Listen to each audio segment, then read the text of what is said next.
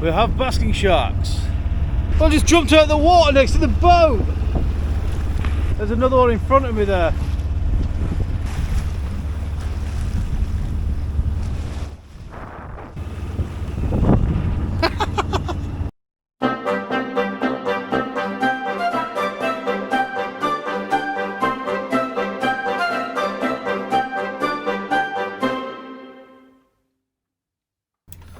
Well, as you've already seen, I get pretty excited in this video. Some cool stuff happens, but before any of that happens, we need to get out of the Caledonian Canal, and that's what we're doing here. This is the final lock of the Caledonian Canal over by Inverness, so we're going to fly out of here, down the Moray Firth? I don't know, and into Lossiemouth, which is our final destination. We got held up here a little bit because there were some swimmers in the water, all of which will be explained in a little bit. So, without further ado, let's get to it. And here are said swimmers. We managed to get out of the lock, but then we had to sort of stand by in the water a little bit and wait for them to all swim off, I guess. Forgot you guys were there. We've been told we still have to wait, so I'm just going to faff around and get the boat tidied up. Alright, we've got the sail up. Need to fix a batting car. I checked it last night, it looked like it was alright, but it was a different one, so I need to sort that out. It's not a big job. I'll probably do it while I'm going. There's all these swimmers in the water here, so the safety boats just asked us to go around the north side, which is what we're doing. And then we'll be on our way. Well, we are on our way. I'll be back in a bit. I'm goosed. Well, I'm going under a bridge. That's pretty cool. Picking up a bit of tide now. 5.9 knots or something. This is cool as frig. Hope a pigeon doesn't poo on me.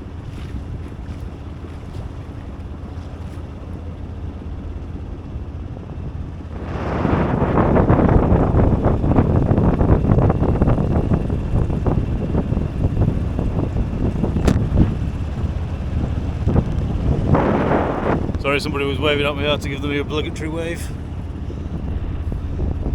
Yeah, fun times, getting some air in the sails.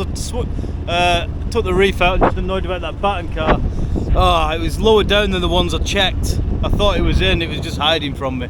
It's only a 5-minute job, but once I get underway and out of traffic, I'll just drop the sail a bit and put it in the slide it in the bottom of the car. No biggie, it's not actually broken. So yeah, that's the plan. That's the bridge. That's where we're going.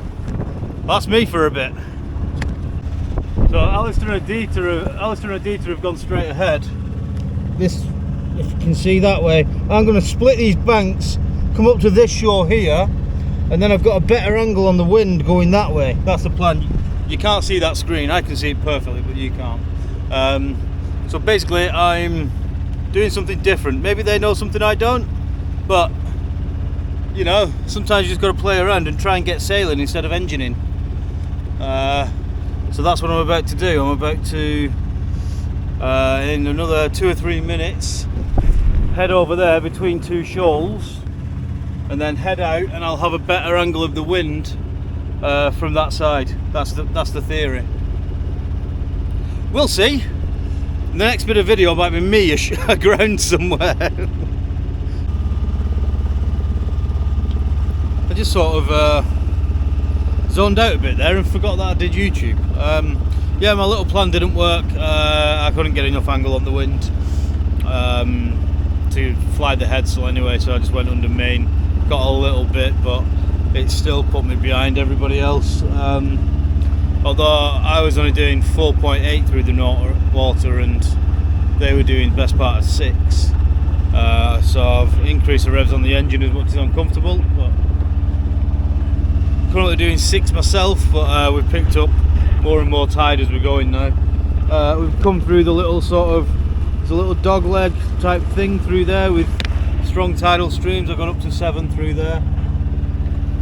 The wind is directly on the nose, as always. if you ever wonder where you should go to next, just look where the wind is coming from, because it is guaranteed that that is where you are destined to go.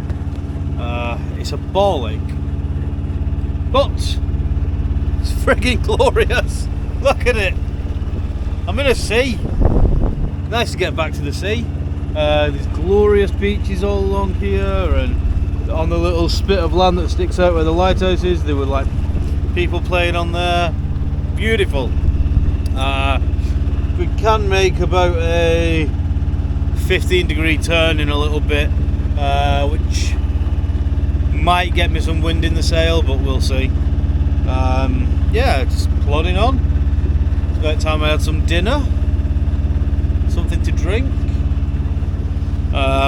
Basically practically lost sight of them guys.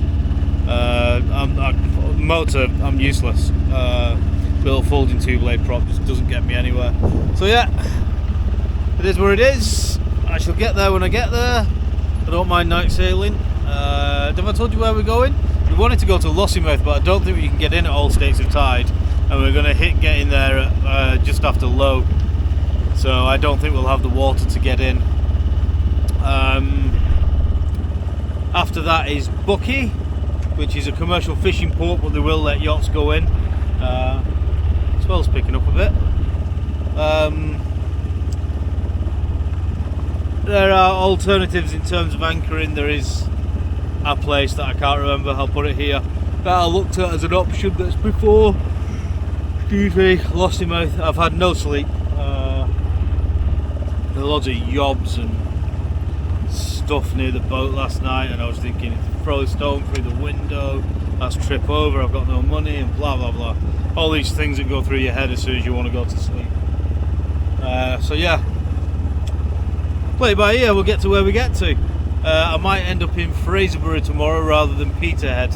It doesn't quite work out with getting round the headland with the tides, and there's probably a couple of knots of tide there, so you know, if you're getting into somewhere, it's already 8 PM and you're 6 miles away and you think you'll be there in an hour and it takes you 3, that's disheartening, so we want to try and avoid that. Yeah.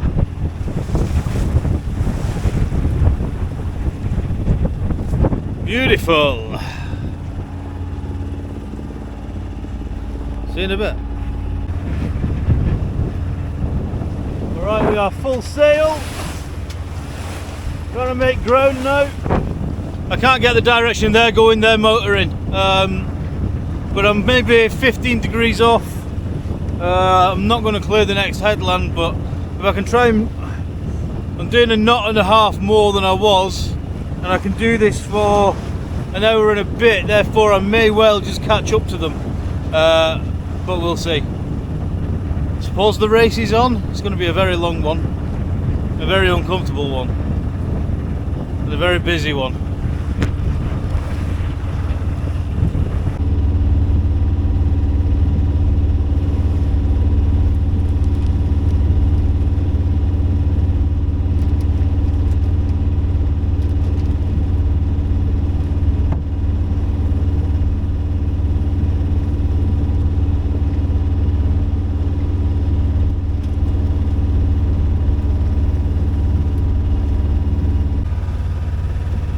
So Alistair's just called me to say that he's got basking sharks around his boat.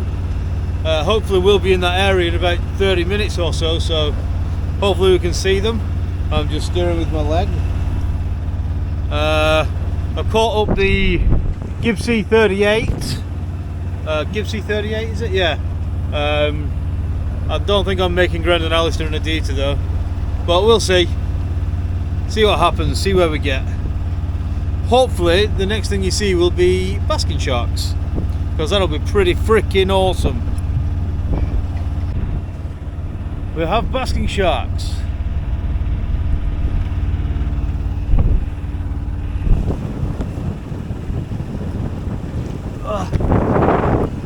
See their fins on the water there?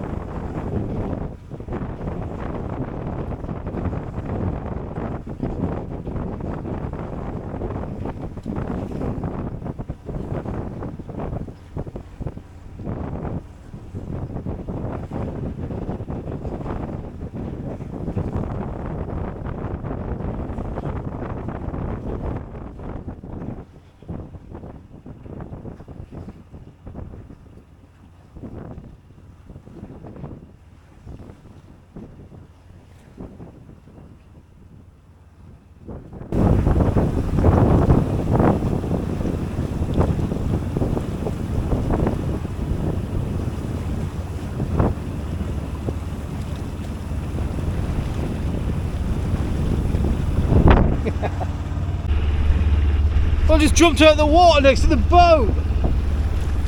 He shit myself.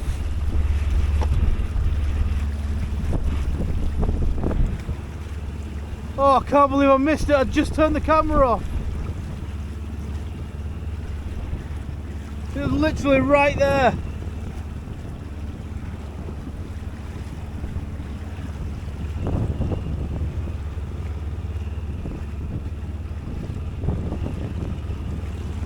I'm never turning the camera off again.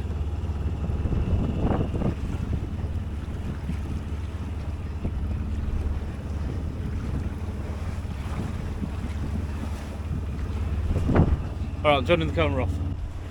There's another one in front of me there. Bear away from it.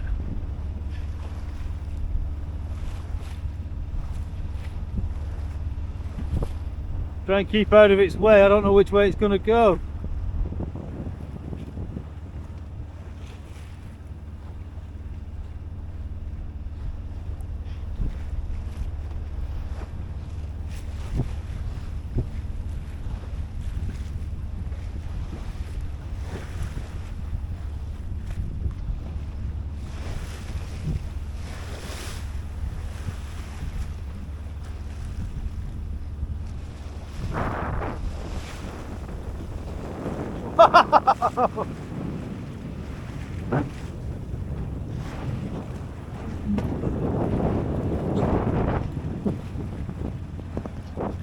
There's loads of them.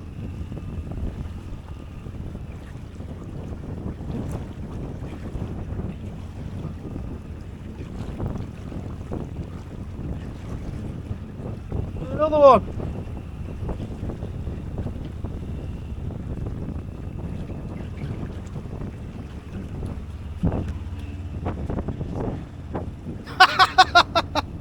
Incredible.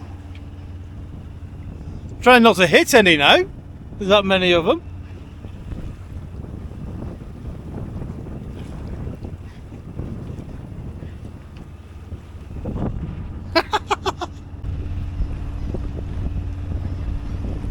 It's quite nice, isn't it?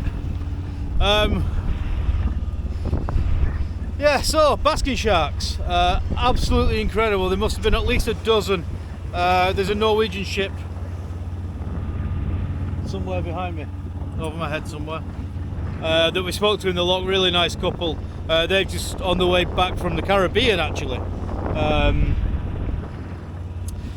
and it was the lady on there, girl on there, person on there who pointed them out. Alistair already rang me and told me about them, and yeah, fantastic. Hopefully the video comes out of the one that I got just next to the boat there, and one just came slapping up here. But anyway, that was a couple of hours ago. Jesus Christ, was that a flying fish? I don't know. Yeah, so we're heading to Lossiemouth, which will be, it's 10 miles away, just shy of 2 hours. And then we're going to radio them up and see if we can get in. I doubt we will. If we won't, then it'll be on to Bucky, which will be a 10 or 11 o'clock tonight jobby, especially considering the tide's about to turn on us in the next hour. So it is what it is. If we're keeping close to the coast, there aren't any headlands as such on after we pass Lossiemouth, so should be fine. I've been under full sail, which has pushed me over that way a lot to try and keep wind in the sail, so I'm a little bit closer to the doodad than Great Bear, but we shall cover it. It's been quite choppy. It's those sort of 2 foot waves at a 1 second interval, the ones that just lift the bow up with the first one and then the second one and third one hit. Well, she's like that and just stop her dead, which is why I put the headsail up, even though I had to bear away to use it, simply because that headsail drives the bow of the boat through the waves. I think I might have said this already, or thought about saying it. It drives the bow of the boat through the waves and keeps her moving, So even if I end up doing the same speed as I can do in flat water in rough seas with the headsail, it's still better doing that. I've had the engine on all day. I've been too close to the wind, or not enough wind as there is now to knock the engine off, but that's fine. The most important thing is getting there, because I'm meeting Dave in Peterhead tomorrow, hopefully, if we can get round the headland with the tides. We'll work it out. But yeah, it's quite a nice poodle. My other option was to come into this bay area over here and anchor there for the night. That was something that I put forwards if we didn't get into Lossiemouth, or didn't want to try, which means the day would have been done now, and I've been making me tea, but would have put 2 hours on the next day. So yeah, let's keep on going. So frustratingly, when I was going to come around this corner here, the wind would have been more on the beam, and it would have been ideal sailing. Alas, there's no zero wind, but I've still got some waves. Quite a lot of lobster pots though, so I'm going to go up and be on the ball and not be talking to you guys, because already just in front of me I can see 12. Right, catch you in a bit. Look at the line of them that way and that way. I've actually just knocked the engine into neutral. I'm going to just drift through this bit in case it's a net. At least I'll have more chance of not getting it. But no, I don't see anything. Away we go.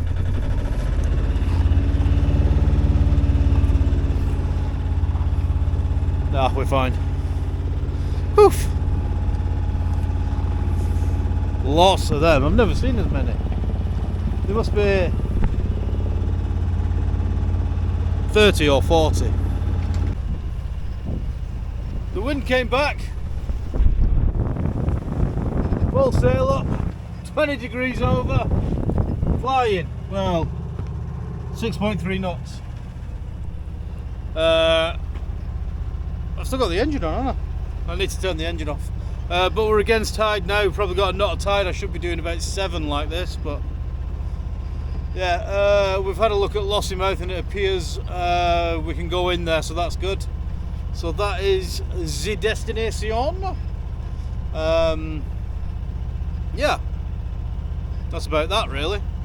I'd love to show you on the 360 me docking and coming in, but unfortunately the SD card filled up, so you've shit out.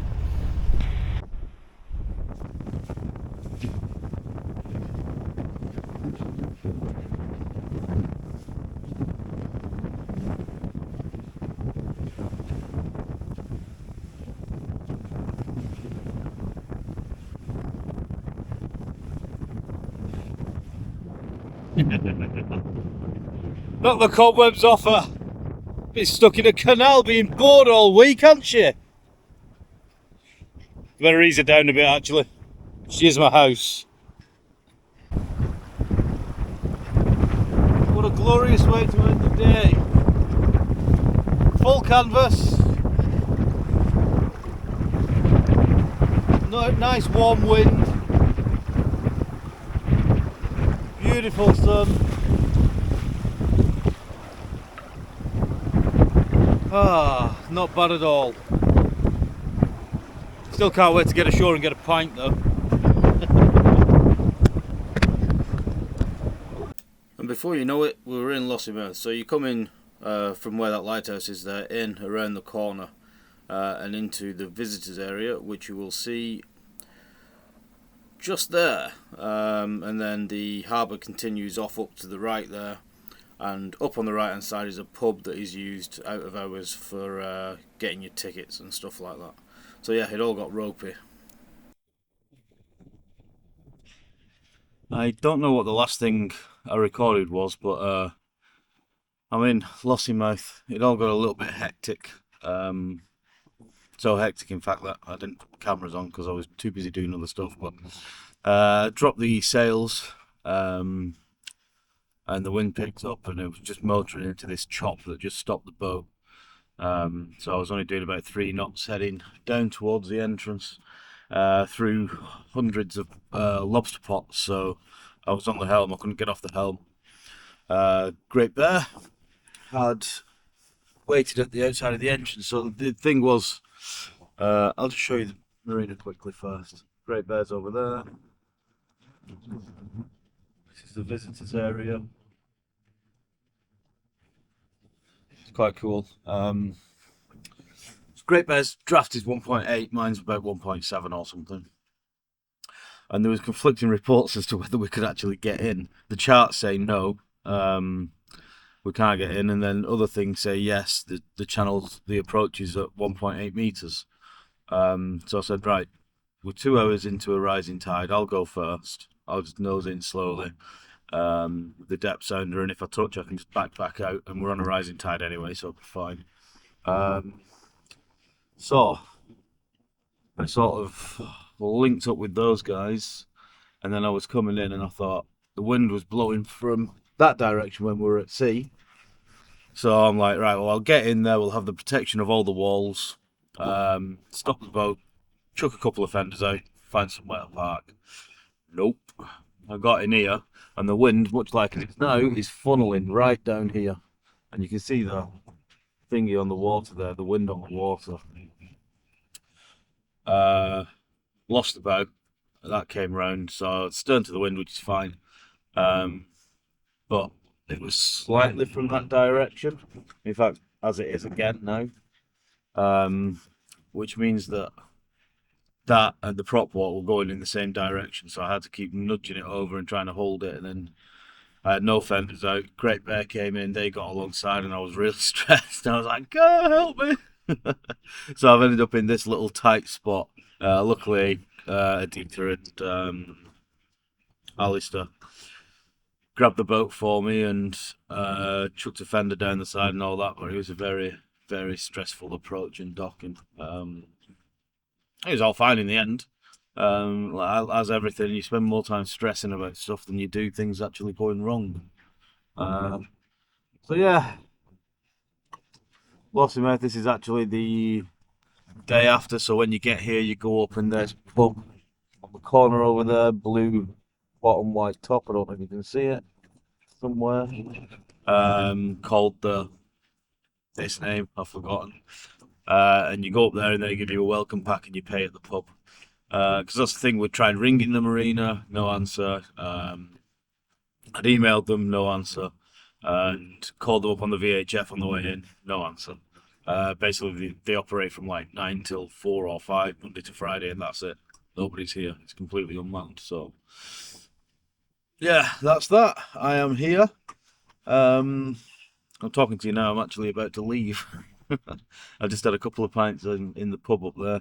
Got back, got my head down, doing some editing this morning. Yeah, so that'll be this video. We'll see you in the next one, which I'm about to stop recording. Immediately start recording it. See you later.